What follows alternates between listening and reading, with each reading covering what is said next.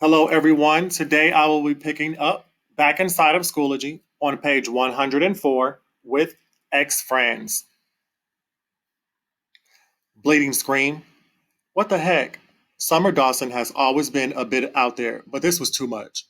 All I did was ask her why August was acting like he was mad at me or something.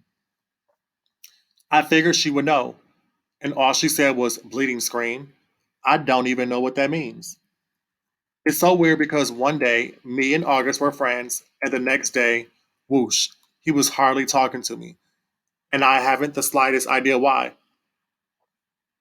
When I said to him, "Hey, August, you mad at me or something?" he shrugged and walked away. So I would take that as a definite yes.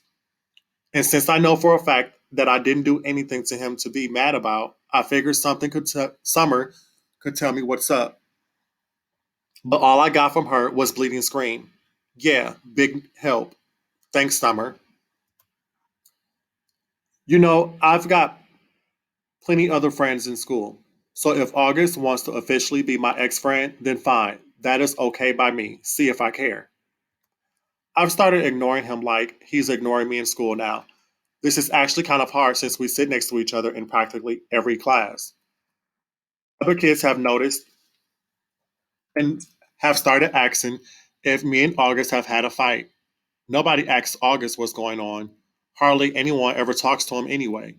I mean, the only person he hangs out with, other than me, is Summer. Sometimes he hangs out with Reed Kingsley a little bit, and the two Maxes got him playing Dungeons and Dragons a couple of times at recess. Charlotte, for all her goody two shoeing, doesn't ever do more than nod hello when she's passing him in the hallway. And I don't know if everyone's still playing the plague behind his back because no one ever really told me about it directly. But my point is that it's not like he was a whole lot of other friends. He has a whole lot of other friends so he could be hanging with instead of me. If he wants to diss me, he's the one who loses, not me. So this is how things are between us now. We only talk to each other about school stuff if we absolutely have to. Like I'll say, "What did Ruben say the homework was?" And he'll answer, or he'll be like, "Can I use your pencil sharpener?" And I'll get my sharpener out of my pencil case for him. But as soon as the bell rings, we go our separate ways. Why this is good? Because I get to hang out with a lot more kids now. Before, when I was hanging out with August all the time, kids weren't hanging out with me because they'd have to hang out with him. Or they would keep things from me, like the whole thing about the plague. I think I was the only one who wasn't in on it, except for Summer and maybe the D&D crew. And the truth is, though nobody's that obvious about it, nobody wants to hang out with them. Everyone's way too hung up on being in the popular group, and he's just as far from the popular group as you can get. But now I can hang out with anyone I want. If I wanted to be in the popular group, I could totally be in the popular group. Why this is bad? Because, well, A, I don't actually enjoy hanging out with the popular group that much. And B, I actually liked hanging out with August. So this is kind of messed up, and it's all August's fault. Snow. The first snow of the winter hit right before Thanksgiving break. School was closed, so we got an extra day of vacation.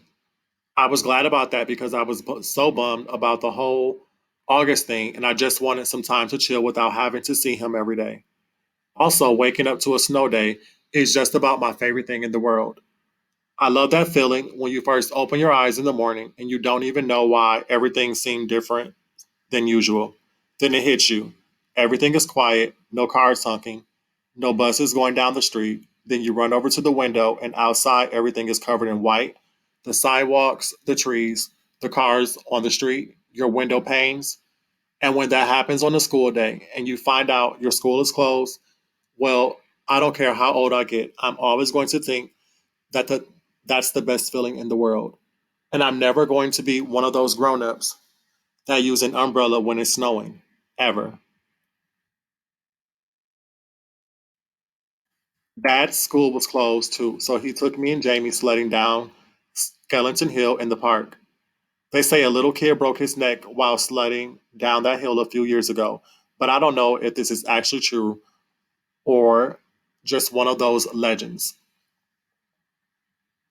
On the way home, I spotted this banged up wooden sled kind of propped up against the old Indian rock monument. Dad said to leave it. It was just garbage, but something told me it would make the greatest sled ever. So Dad let me drag it home, and I spent the rest of the day fixing it up. I superglued the broken slats together and wrapped some heavy duty white duct tape around them for extra strength. Then I spray painted the whole thing white with the white paint I had gotten from the alabaster sphinx I was making for the Egyptian museum project. When it was all dry, I painted lightning in gold letters on the middle piece of wood, and I made a little lightning bolt symbol above the letters. It looked pretty professional, I have to say. Dad was like, "Wow, Jackie, you were right about the sled." The next day, we went back to Skeleton Hill with lightning. It was the fastest thing I've ever ridden, so much faster than the plastic sleds we've been using. And because it had gotten warmer outside, the snow had become crunchier and wetter, and good packing snow. Me and Jamie took turns on the lightning all afternoon. We were in the park until our fingers were frozen and our lips had turned a little blue. Dad practically had to drag us home. By the end of the weekend, the snow had started turning gray and yellow, and then a rainstorm turned most of the snow to slush. When we got back to school on Monday, there was no school snow left. By the end of the weekend, no, sorry, it was rainy and yucky the first day back from vacation, a slushy day. That's how I was feeling inside, too. I nodded hey to August the first time I saw him. We were in front of the lockers. He nodded hey back. I wanted to tell him about lightning, but I didn't.